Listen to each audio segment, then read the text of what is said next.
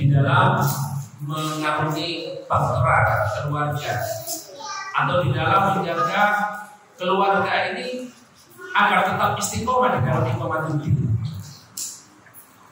Ada 3 hal yang perlu kita perhatikan.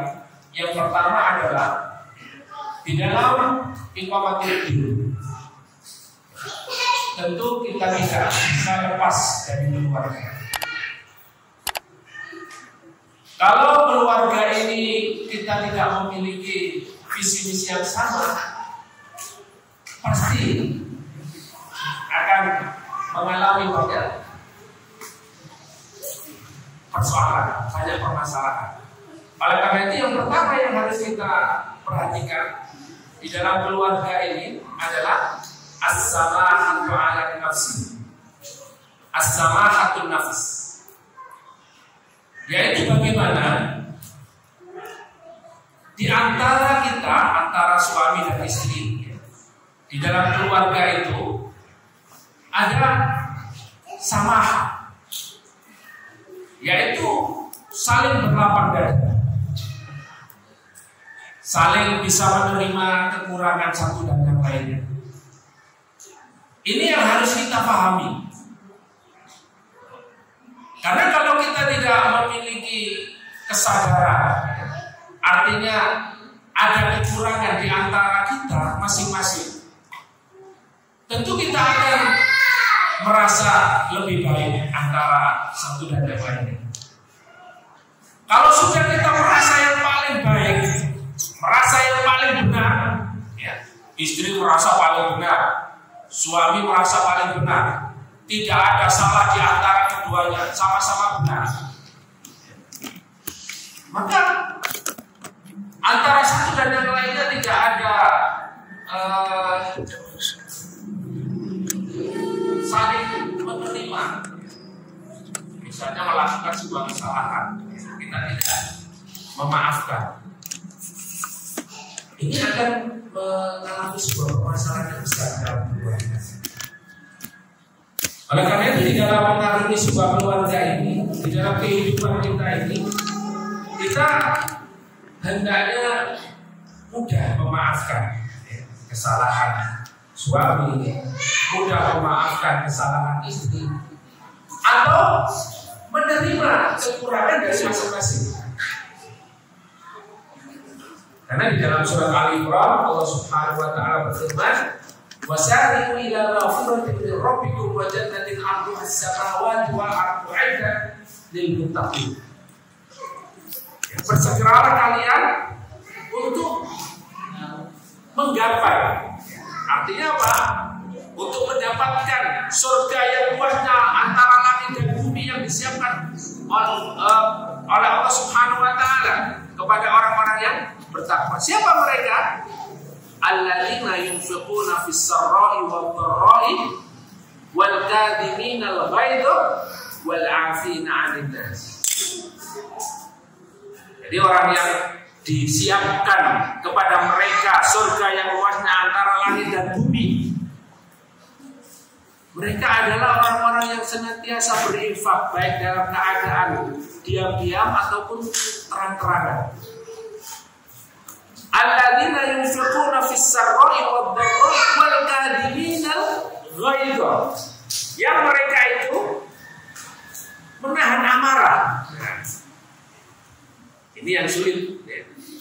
Karena kondisi seperti ini, ya, pandemi seperti ini kan ekonomi sulit, ya.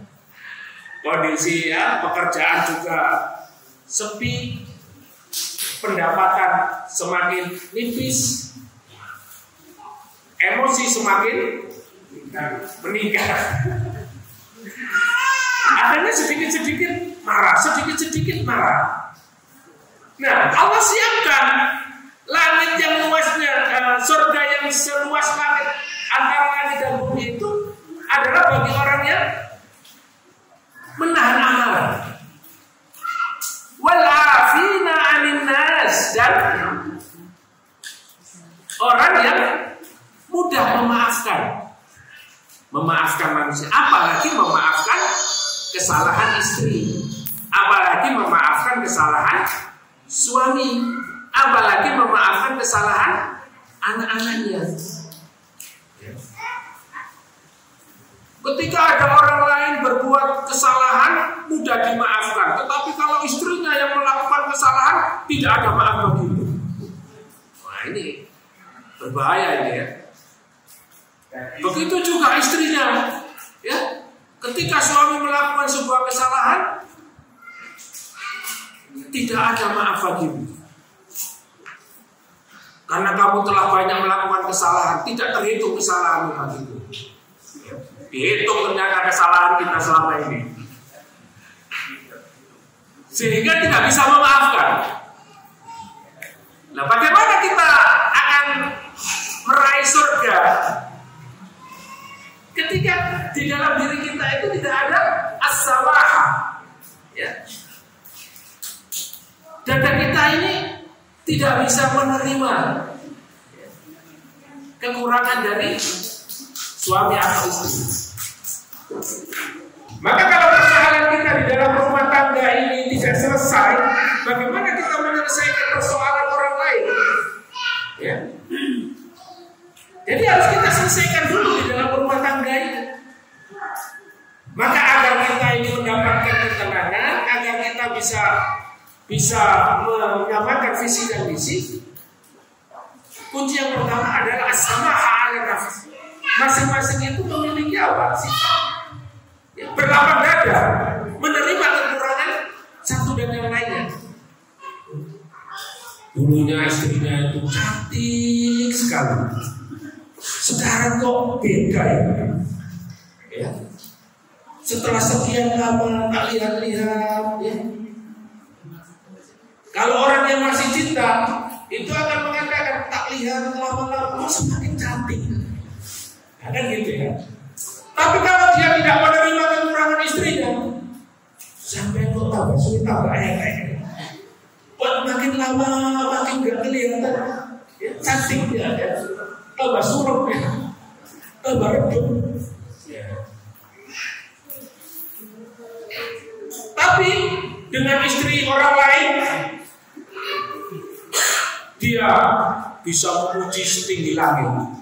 Istrinya orang lain dipuji-puji, istrinya sendiri dijatuhkan.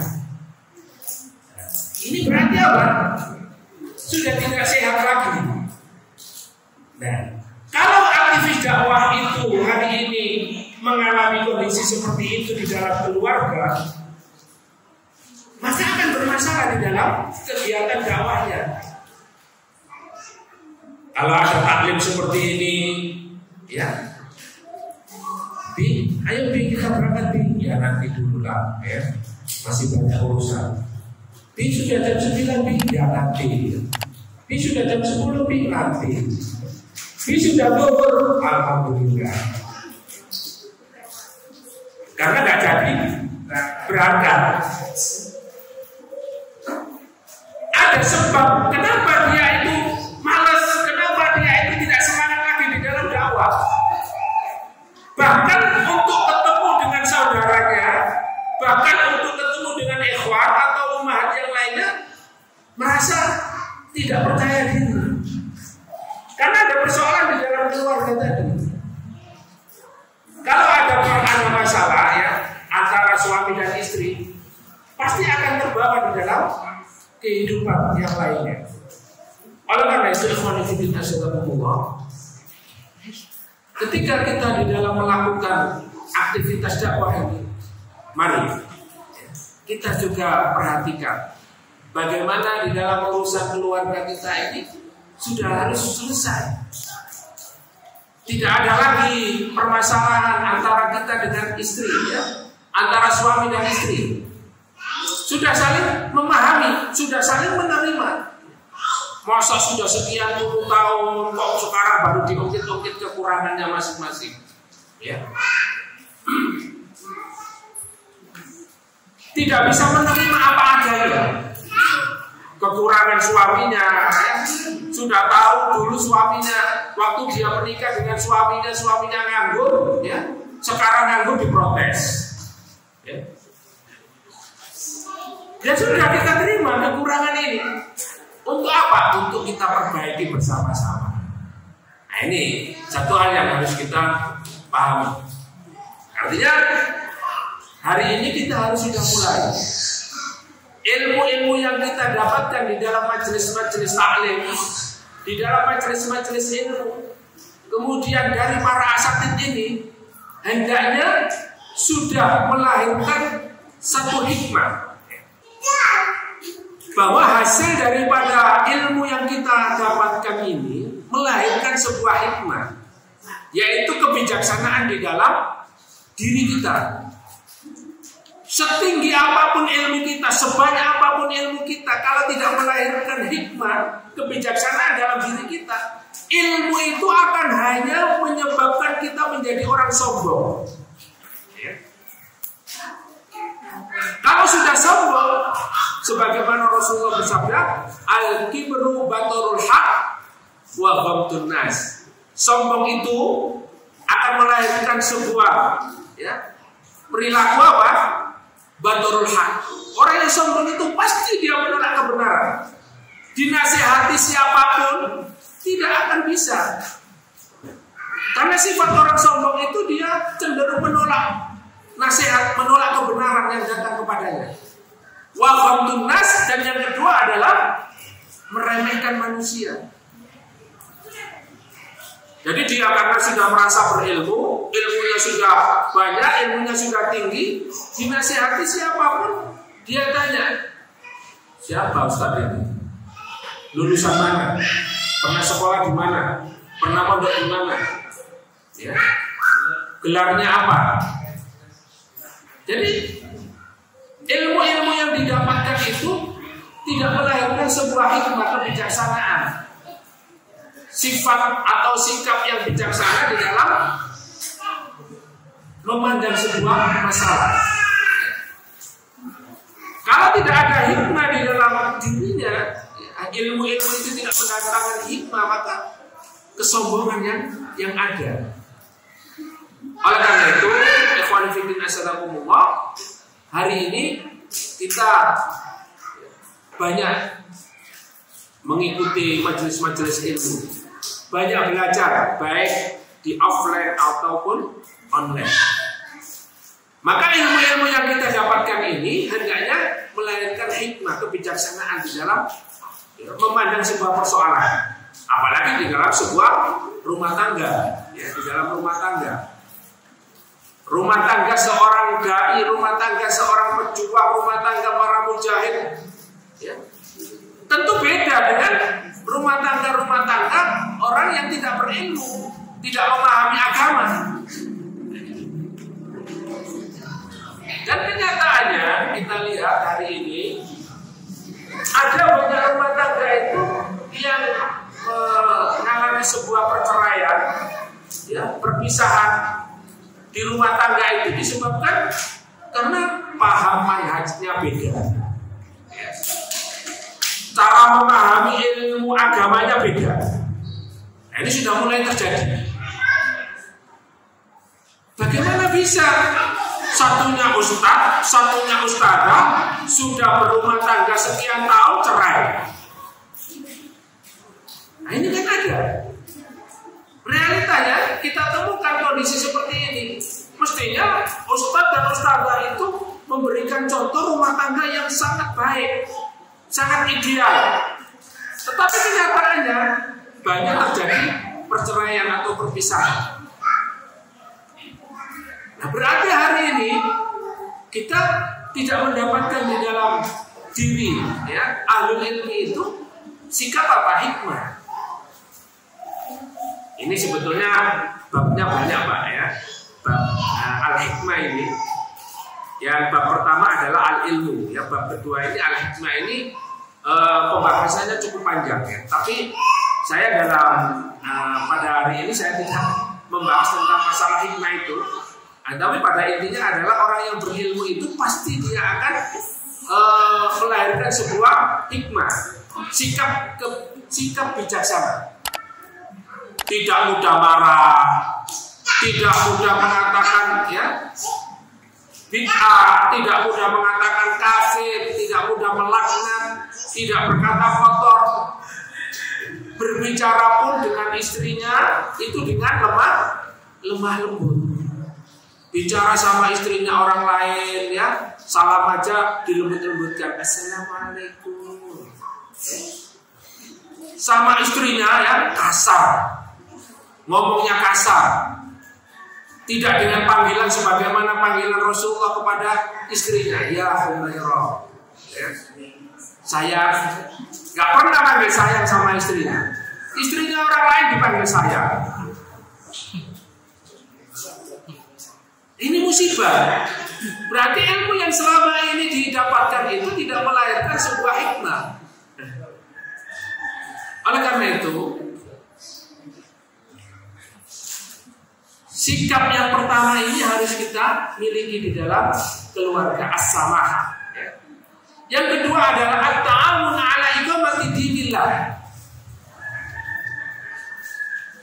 Yaitu kita berusaha membangun keluarga ini at-ta'awun 'ala iqamati dinillah, saling tolong menolong di dalam iqamati din, di dalam memperjuangkan agama Allah. Kalau yang pertama sudah selesai, kita saling menerima, saling memahami kekurangan masing-masing, ya. Maka yang kedua ini adalah kita membantu untuk terus berada istiqomah di jalan Allah Subhanahu wa taala. Membantu suaminya untuk aktif di dalam perjuangan, membantu istrinya untuk istiqomah di dalam melaksanakan syariat Allah. Saling membantu. Ya. Nah, hari ini kita mengalami atau mendapatkan banyak ujian, banyak cobaan. Ketika perjalanan dakwah atau aktivitas kita di dalam iqamatul din, kita mendapatkan ujian dari Allah. Misalnya yang paling banyak dialami, ya, di mana saja dan kapan saja ini adalah terkait dengan kesulitan ekonomi. Misalnya,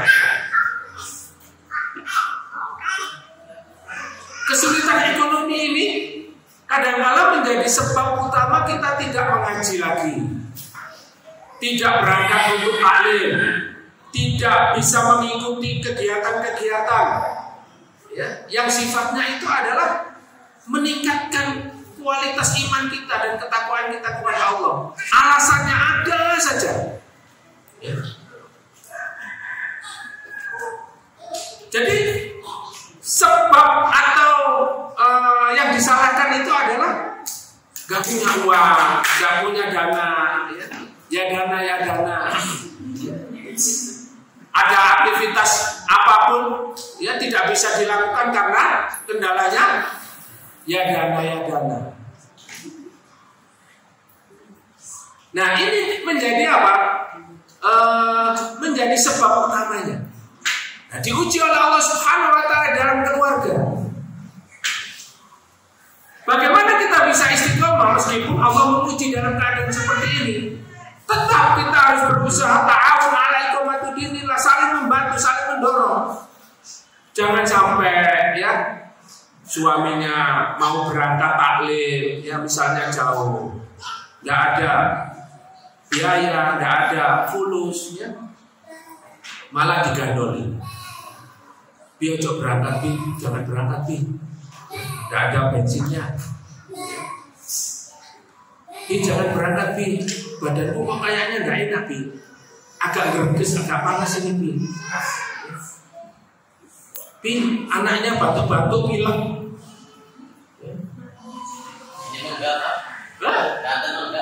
Banten enggak ya? Iya. Saya kalau Banten enggak berarti wilayah lain begitu, Pak. Kalau Banten ini masya Allah ya pendekar semua. Hanya dengan begitu saja sudah, ya sudahlah. Ya. Saya khawatir nanti kamu jatuh sakit. Tidak berangkat sudah. Hanya dengan begitu, akhirnya apa? Kegiatan-kegiatan itu tidak bisa berjalan dan tidak bisa diikuti. Semakin hari imannya semakin lemah. tidak pernah bertemu dengan ikhwan, tidak pernah mengikuti kegiatan, ya. Tidak ada yang memberi nasihat, sudah imannya lemah, ketakwanya kepada Allah semakin hari ya semakin hilang, ekonominya semakin sulit. Dan Allah tidak memberikan jalan keluar. Kenapa? Karena tidak ada takwa. Tetapi kalau semakin hari semakin besar, semakin tinggi ketakwaan kita kepada Allah, wa may yattaqillaha yaj'al lahu makhraja wa yarzuqhu min haitsu la yahtasib. Sebaliknya kalau kita ini ta'awun ala dinillah, ya, ini sudah berangkat aja. Ini urusan saya. Ya.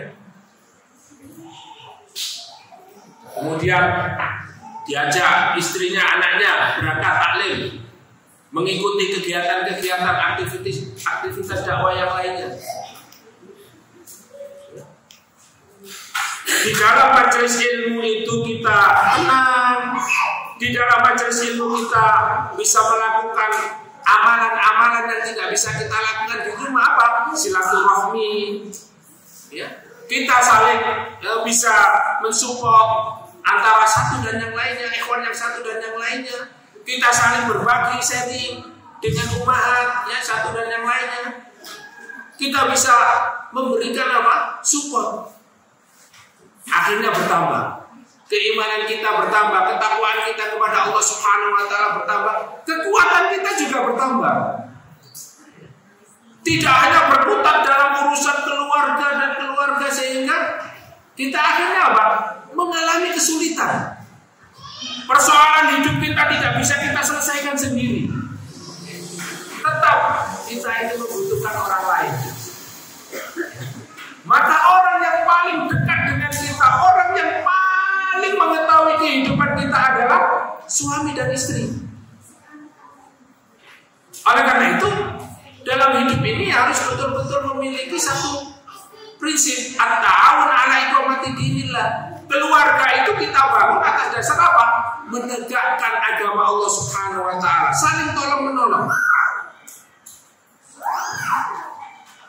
Jadi kita memaklumi kalau misalnya ya istri kita itu di dalam mendidik anak-anak kita capek, di rumah itu banyak ya melakukan pekerjaan-pekerjaan rumah hingga sampai mungkin ya kita pulang ya, para suami pulang di rumah kok sudah tidak nampak cantik lagi ya, nggak pernah pakai bedak, nggak pernah pakai ya pakaian yang ya membuat suami senang. Itu dimaklumi saja, dimaklumi. Kalau kita betul-betul ingin apa, kita memiliki apa, niat untuk melakukan sebuah perjuangan ini, kita maklumi. Jangan sampai ada seperti itu, hanya dengan cara-cara seperti itu kita sudah pulang marah-marah ya, kita sudah pasang muka kecut. Istri di rumah sudah capek, kemudian datang suaminya dengan muka yang kecut, ya, nggak ngasih uang lagi. Di rumah marah-marah, coba. Apa yang terjadi hari ini? Ya, hal yang seperti itu akhirnya hanya konflik saja. Maka kalau prinsip kita adalah iqamatuddin, hal yang seperti itu bukan menjadi sebuah prinsip, ya. Tetapi apa? Ketika di dalam rumah itu sudah tidak ditegakkan lagi sholat, sudah tidak ada lagi bacaan Al-Quran, nah ini yang menjadi persoalan besar. Maka hari ini kita saling membantu istri kita untuk menegakkan syariat Allah. Begitu juga istri harus mendorong suaminya untuk terus mengikuti kegiatan-kegiatan dakwah, aktif di dalam iqamatuddin. Nah, ini yang paling penting. Apalagi ya, hari ini membutuhkan banyak tenaga di dalam menegakkan agama Allah Subhanahu wa taala. Ini harus melakukan sebuah pengorbanan. Perjuangan kita masih panjang. Kalau kita tidak memiliki pengorbanan untuk Islam ini, Untuk apa kita hidup ini? Kalau kita hari ini perjuangan kita untuk Islam itu tidak ada, maka bagaimana Allah akan memuliakan kita? Apakah hidup ini kita gunakan untuk meraih dan mencari harta saja? Itu seperti moto atau prinsip orang-orang komunis, orang-orang yang tidak punya agama. Akan tetapi orang Islam beda dengan mereka. Membangun rumah tangga pun dengan tujuan untuk iqamatuddin. Membangun rumah tangga pun dengan tujuan untuk mencari ridho Allah Subhanahu wa taala. Meraih kemuliaan, derajat yang mulia di sisi Allah fid dunya wal akhirah. Makanya As-Sa'di rahimahullah di dalam tafsirnya menafsirkan Rabbana atina fid dunya hasanah. Fid dunya hasanah, ya. Kebaikan di dunia itu ada dua. Beliau menafsirkan al-hasanah fid dunya yakni imanun adilun wa zaujatun salihah. Kebaikan di dunia itu menurut As-Sa'di rahimahullah di dalam menafsirkan ayat ini Rabbana atina fid dunya hasanah itu adalah imam yang adil dan istri yang salihah. Jadi kalau kita ini di dalam hidup ini istri kita ini istri yang salihah, kemudian suami dan istri ini memiliki visi dan misi yang sama yaitu iqamatuddin, menegakkan agama Allah, fa insyaallah fid dunya hasanah. Begitu juga di dalam hidup ini kita memiliki imamun adilun, pemimpin yang adil. Bapak Ibu yang dimuliakan oleh Allah, kalau hidup ini ya, kita tidak memiliki pemimpin yang adil dan ketika di rumah tidak ada istri yang salehah, maka apa yang terjadi? Musibah. Oleh karena itu musibah akan bisa hilang daripada kehidupan ini, sebagaimana Imam Al-Qurtubi rahimahullah di dalam kitab Al-Jami' fi Ahkamil Quran, beliau mengatakan al-baladu takunu li arba'atin sumuna ahluha minal balad. Negeri itu akan terbebas dari bala dan bencana itu karena 4 sebab. Beliau mengatakan imamun adilun la yadlimu, bahwa sebuah negeri akan terbebas dari bala dan bencana itu. Sebab yang pertama adalah di dalam negeri itu ada imamun adilun la yadlimu, ada imam adil yang tidak mendolimi rakyatnya. Masya Allah ya. Ini salah satu sebab masyarakat itu terhindar dari bala dan bencana. Oleh karena itu di dalam hadis yang lain disebutkan sab'atun yudhilluhumullahu la dhilla illa dhilluh. Ada 7 golongan yang dilindungi oleh Allah Subhanahu wa taala, di mana pada hari itu tidak ada perlindungan kecuali perlindungan Allah. Di antaranya adalah imamun adil. Dan imam yang adil ini diberikan oleh Allah kedudukan yang paling tinggi. Nah, ini yang pertama. Imamun adilun la yadlimu. Yang kedua, alimun ala sabilil huda. Negeri ini akan terbebas dari bala dan bencana itu apabila apa? Di dalam negeri itu ada alimun ala sabilil huda, yaitu di dalamnya ada alim, orang-orang yang berilmu yang di atas petunjuk Allah Subhanahu wa taala. Sebaliknya kalau ulama itu ulama usul, ulama yang tidak menegakkan syariat Allah, ulama yang hanya menjilat para penguasa, musibah.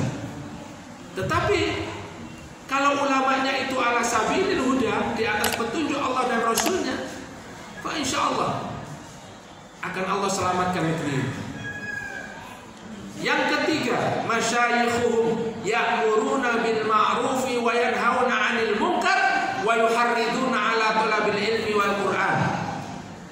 Dan yang ketiga, sebab sebuah negeri di diselamatkan dari bencana dan musibah adalah para masayikhnya, guru-gurunya, orang-orang tua yang ada di negeri itu, mereka melaksanakan amar ma'ruf nahi munkar. Dan mereka memotivasi anak-anaknya, memotivasi tetangganya, saudaranya, masyarakatnya.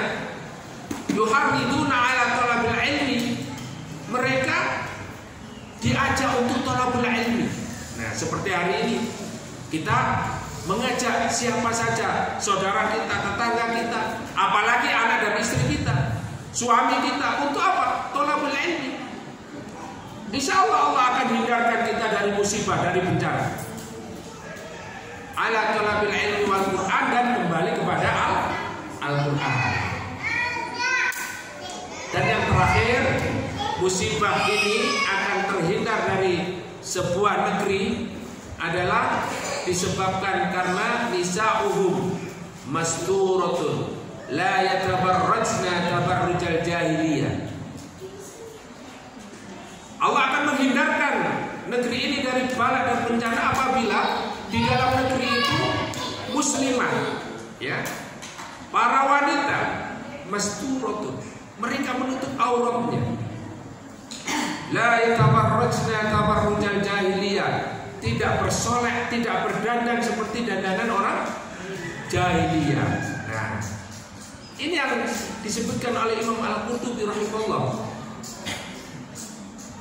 Maka bagaimana hari ini kita berusaha untuk memilih atau mencari sosok pemimpin yang adil. Seperti apa pemimpin yang adil itu? Pemimpin yang adil itu tentu mereka adalah dari kalangan ahlul ilmi.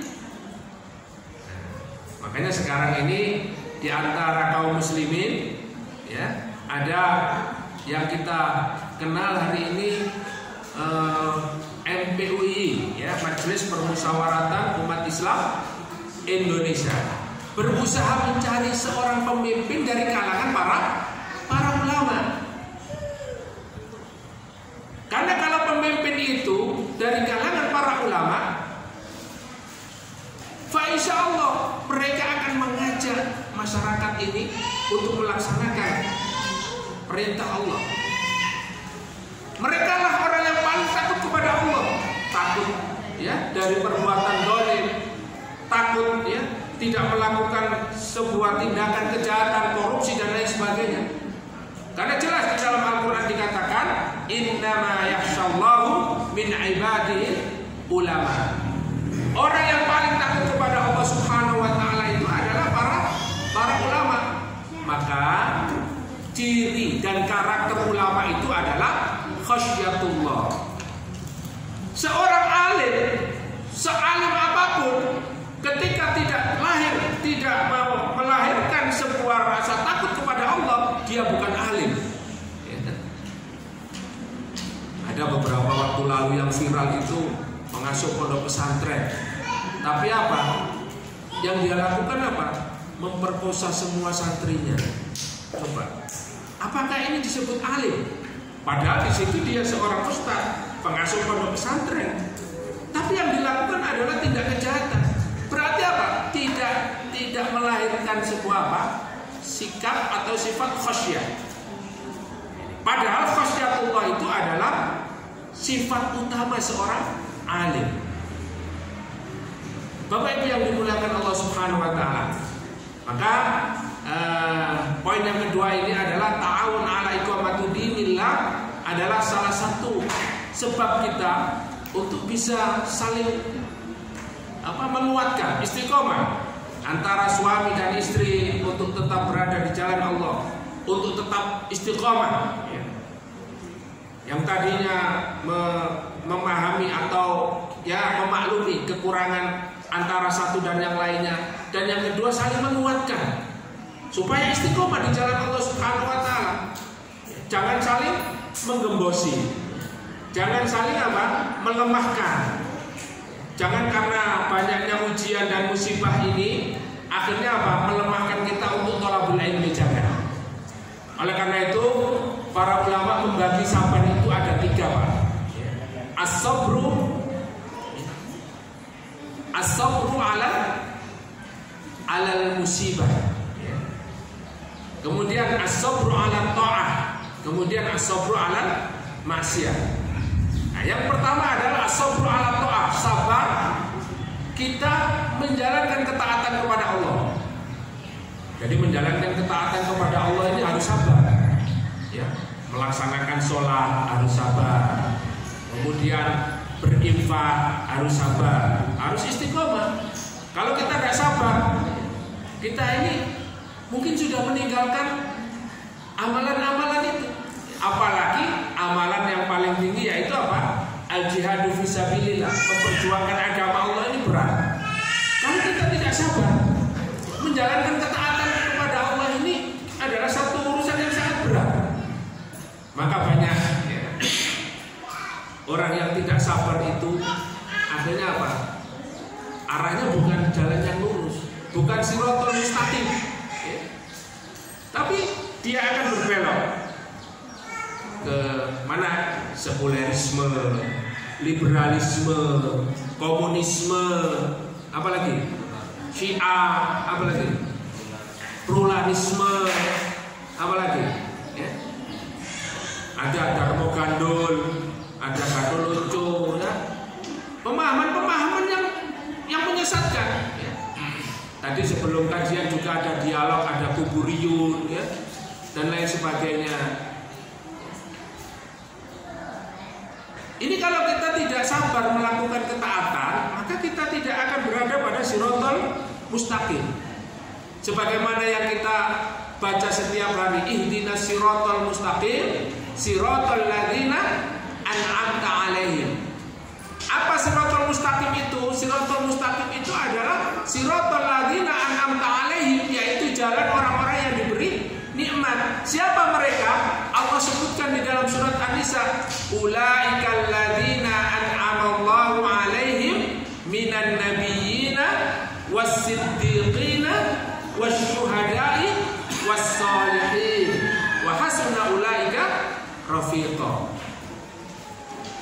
Siratal mustaqim yaitu jalan orang-orang yang lurus. Ya, jalan lurus ini adalah jalan orang-orang yang diberikan nikmat. Siapa mereka?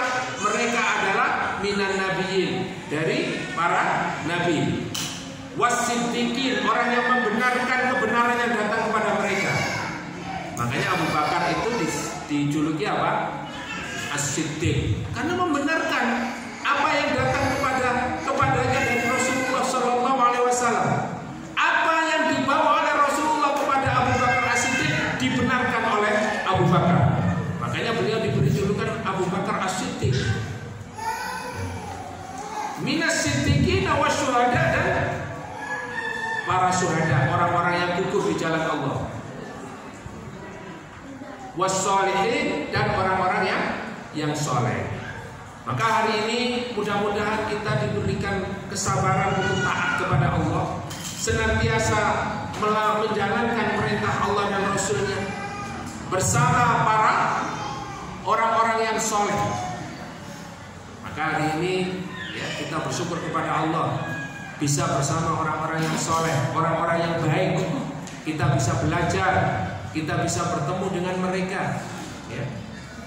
Kita berada pada lingkungan orang-orang yang soleh, orang-orang yang mengajak kepada kebaikan, istiqomah di dalam ketaatan untuk tetap bersabar. Dan yang kedua adalah as-sabru 'alal maksiat, bersabar tidak melakukan kemaksiatan. Masya Allah ya, ini yang sulit. Maka kalau di dalam keluarga itu saling tolong menolong untuk iqamatuddin, kita akan bisa mengontrol langkah-langkah kita supaya tidak terjerumus kepada kemaksiatan. Maka kita bisa sabar.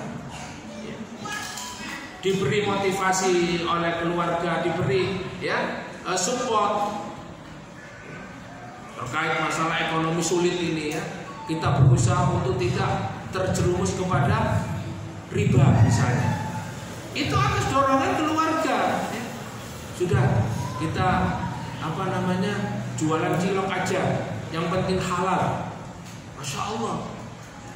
Ini kalau kita tidak sabar, udah kita kita main aja, main bank aja. Kita hutang 1 M, kita nanti punya proyek begini-begini, akhirnya terjebak nggak bisa bayar hutangnya.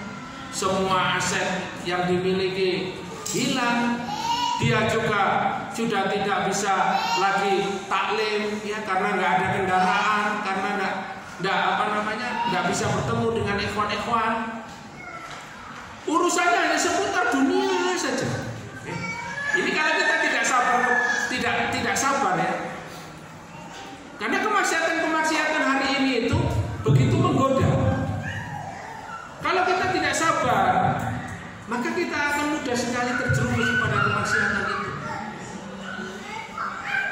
Kemudian as-sabru 'alal musibah, sabar dengan musibah-musibah yang ada hari ini.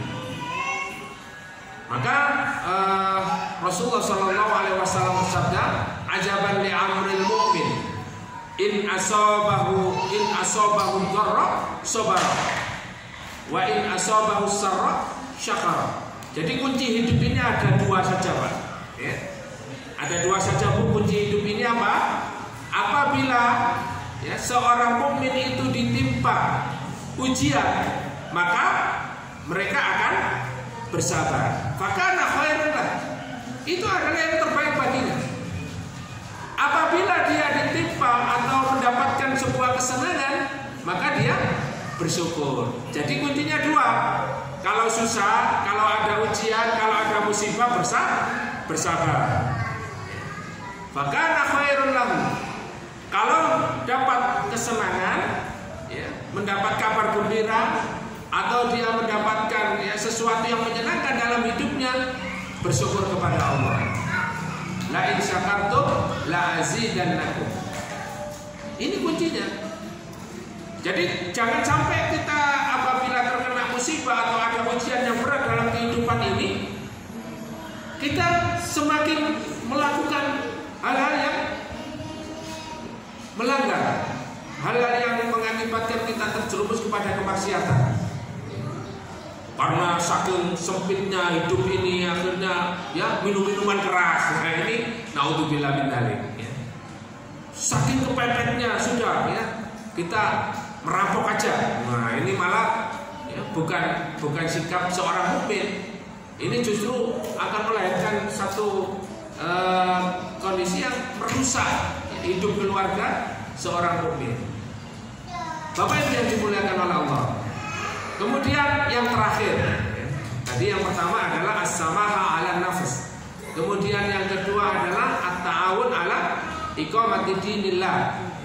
Kemudian yang ketiga adalah as-sukutu 'anis sayyi'at, yaitu kita hendaknya tidak menyebarkan kejelekan atau aib daripada keluarga kita. Sekarang ini karena kita mudah sekali ya untuk curhat, meskipun nggak ada orangnya, curhat di medsos. Ya. Karena di rumah tadi kopinya kurang manis, ya. Biasanya manis. Sekarang kok pahit, diupload di Facebook. Nah. Tiba-tiba istrinya baca, wah ya. Sakit hati gak kira-kira? Ya mesti batin kan gitu ya. Begitu karena sakit hati, istrinya balas di medsos, pakai status WA ya. Jadi hal-hal yang seperti ini harus kita jaga. Jangan sampai aib atau keburukan, kekurangan suami dan istri itu dikeluarkan, diumbar. Karena ini adalah aib keluarga, sehingga apa? Menyebabkan keretakan, hancurnya sebuah keluarga. Apalagi aib-aib ya, kita mudah sekali mengumbar aib para mujahid, pejuang ya, dakwah ini. Ikhwan-ikhwan kita tidak jaga kehormatannya, atau akhwat ummahat, satu dan yang lainnya ketika ada permasalahan mengumbar aib. Ini akan merusak. Dan ini akan sangat berpengaruh sekali dengan perjuangan kita. Di dalam iqamatul din, ya, Hal-hal yang seperti ini adalah salah satu sebab melemahnya seseorang itu untuk melakukan kegiatan dakwah. Bahkan bisa menyebabkan futur. Satu kejelekan dibesar-besarkan oleh yang lainnya. Maka oleh karena itu kita jaga kehormatan saudara kita, apalagi kehormatan suami kita, kehormatan istri kita. Jangan mudah sekali kita melakukan hal-hal yang merusak kehormatan keluarga di medsos, curhat-curhat yang kurang perlu dikurangi. Atau jangan hal-hal seperti itu mengakibatkan apa? Suudzon, prasangka-prasangka yang kurang baik. Itulah 3 hal yang harus kita perhatikan ya. Mudah-mudahan dengan 3 hal ini kita bisa menjaga keistiqomahan kita di dalam iqamatuddin. Apalagi dalam keluarga ini adalah salah satu miniatur negara paling terkecil di dalam kehidupan kita ini adalah keluarga. Bagaimana kita bisa menegakkan sebuah negara yang kita atur dengan aturan syariat, sementara di dalam keluarga kita, negara kecil kita ini, kita tidak bisa mengatur dengan syariat. Kita tidak bisa mengkondisikan keluarga kita ini, miniatur negara yang paling terkecil dalam hidup ini, sementara kita ingin mengatur sebuah negara yang sangat luas. Oleh karena itu, mari kita betul-betul menjaga, sehingga di dalam Al-Quran itu kita diingatkan oleh Allah Subhanahu Wa Taala, Qu anfusakum wa ahlikum, jagalah dirimu dan keluargamu dari api neraka. Ini adalah salah satu kunci agar kita mendapatkan keselamatan fid dunya wal akhirah. Mudah-mudahan nasihat yang singkat ini, yang sedikit ini menjadi tadhkirah. Mudah-mudahan bermanfaat bagi saya khususnya dan kepada para jamaah.